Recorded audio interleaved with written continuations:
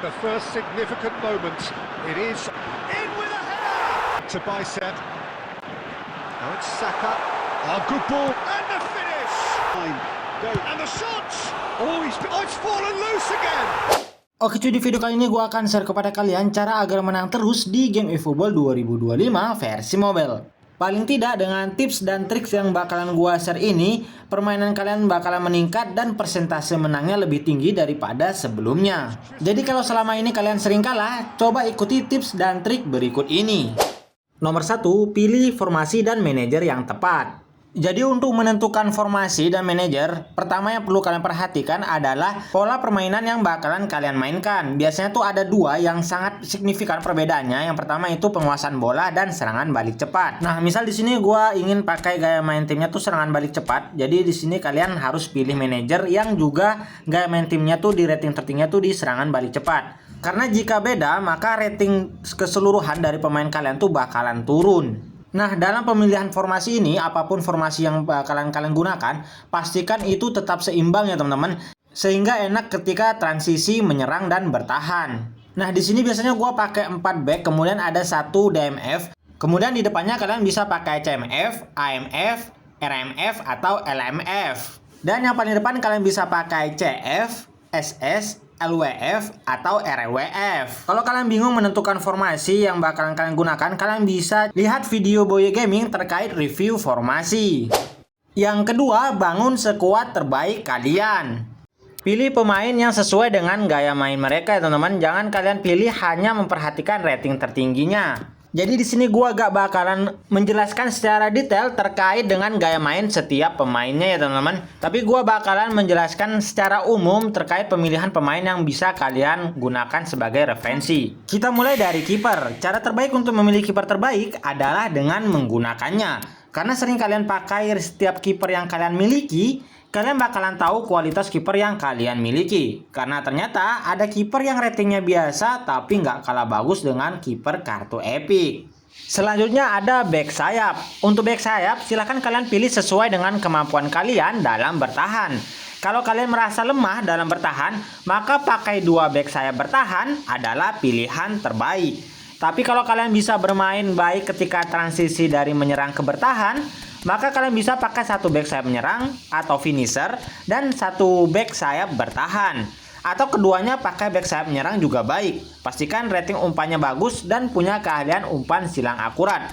Karena sangat membantu kalian ketika kalian bermain dengan meta crossing. Lanjut di back tengah atau CB. Umumnya para player biasanya menggunakan perpaduan CB dengan gaya main destroyer atau perusak dipadukan dengan CB pembangun serangan. Yang jelas jangan menggunakan 2 CB perusak karena sering menimbulkan celah di pertahanan. Selanjutnya di bagian DMF atau gelandang bertahan, gua saranin kalian pakai anchorman atau pemain jangkar teman-teman. Karena selama ini nggak ada yang terbaik selain anchorman atau pemain jangkar. Gua pernah pakai gaya main yang lainnya tapi nggak sebaik pakai anchorman ya teman-teman. Selebihnya silahkan kalian sesuaikan dengan gaya bermain kalian. Bangun squad kalian sehingga ada chemistry dalam tim kalian ya teman-teman. Karena kalau kalian sudah nyaman dengan formasi dan pemain yang kalian gunakan, kalian bakalan hafal dengan pergerakan pemain kalian. Selanjutnya terkesan sepele dan banyak orang yang nggak menghiraukan ya teman-teman, yaitu pemain super sub. Nah, pemain super sub ini bisa jadi alternatif ketika kalian mengalami kebuntuan. Kalau kalian nggak punya pemain dengan keahlian super sub, kalian bisa menambahkannya teman-teman. Yang jelas itu bukan pemain PTW, karena kalau pemain PTW kalian nggak bakalan bisa menambahkan keahlian tambahan. Yang ketiga, menganalisa skuad lawan. Kalian bisa perhatikan formasi dan pemilihan pemain yang lawan gunakan. Setidaknya dengan cara ini kalian bisa menebak strategi lawan. Barulah setelah gameplay kalian bakalan tahu strategi lawan sesungguhnya. Yang keempat, cobalah mencetak gol dengan cepat dengan meta kick off. Kalian harus melakukannya dengan cepat. Caranya umpan ke belakang, kemudian lakukan umpan terobosan di celah-celah pertahanan lawan. Selanjutnya umpan terobosan lagi, lalu shoot. Prosesnya bisa berbeda tergantung formasi, tetapi kalian patut mencobanya. Cara ini tidak selalu berhasil 100%, tapi ini merupakan cara yang efektif untuk mencetak gol secara cepat. Yang kelima, umpan di antara celah lawan. Teknik ini menjadi sangat penting karena di dalam sepak bola real ataupun dalam game, kalian harus selalu mengoper atau melakukan terobosan ke ruang terbuka. Sehingga kalian bisa dengan nyaman memainkan permainan teman-teman.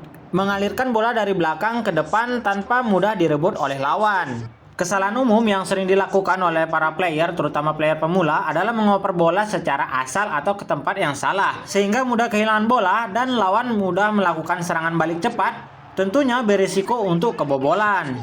Jadi selalu cari celah sebelum mengoper dan hindari operan asal-asalan. Kalian bisa mendelay dulu permainan untuk melihat pergerakan dari teman kalian. Nomor 6, kuasai bola dengan baik. Jadi memiliki penguasaan bola yang baik berarti kalian harus memegang bola lebih lama daripada lawan. Semakin lama kalian bisa memegang bola, semakin banyak peluang yang bisa kalian ciptakan untuk mencetak gol. Dan pastinya semakin kecil kemungkinan lawan untuk melakukan serangan balik. Tentunya kalian harus menguasai teknik-teknik dasar ketika main game eFootball ya teman-teman. Semakin sering kalian latihan, kalian bakalan tahu kapan kalian harus berlari sprint, kapan kalian harus berlari biasa, menggunakan teknik pass and move, kemudian juga umpan pendek, umpan lambung, dan umpan terobosan.